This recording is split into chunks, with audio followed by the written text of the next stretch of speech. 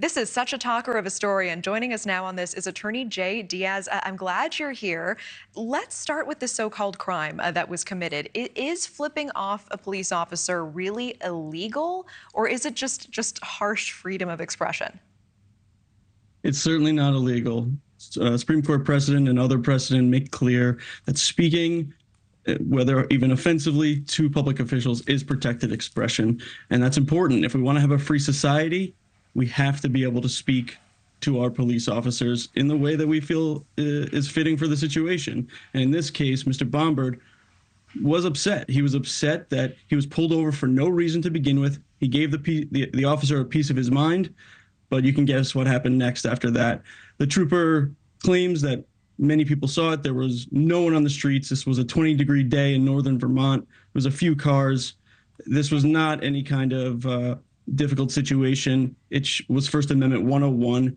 He should have taken the lick and went on with his day. Okay, so walk me through the sequence of events here, because Bombard doesn't just flip the officer off once. He does it multiple times. Is that right?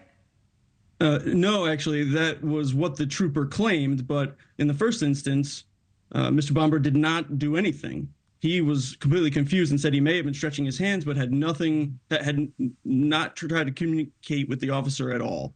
The officer pulled him over. He explained that and then asked, even if I had done that, isn't it freedom of expression? Isn't it protected by the First Amendment?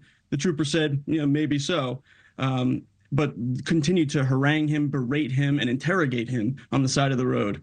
Mr. Bombard did what most Americans would do, feeling upset and like they were stopped and that their privacy was invaded for no good reason.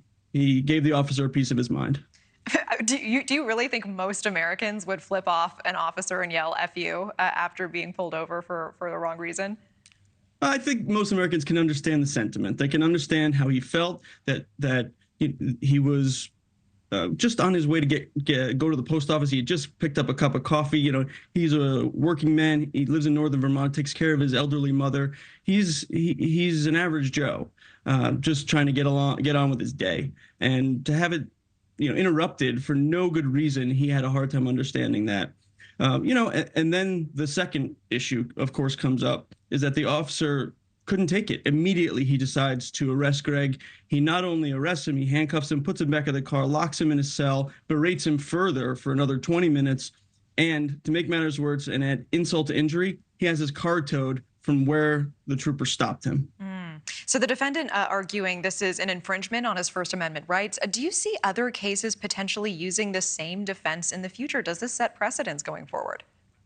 Well, the First Amendment is, it's first for a reason in the Constitution. It's there to protect our rights, and it's one of the most sacred values of a free society. We have to maintain a strong First Amendment. We want to encourage a culture of free speech, and we want to make sure that our law enforcement officials and all our public officials understand that they need to obey the Constitution and make sure that they are not just out there offending people's rights, that they are there to protect people's rights, not their own bruised egos. Okay, Jay Diaz, appreciate your time today. Thank you so much. Thank you for watching. Go to newsnationnow.com to find News Nation on your television provider. And don't forget to click the red subscribe button below to get more of News Nation's fact-driven, unbiased coverage.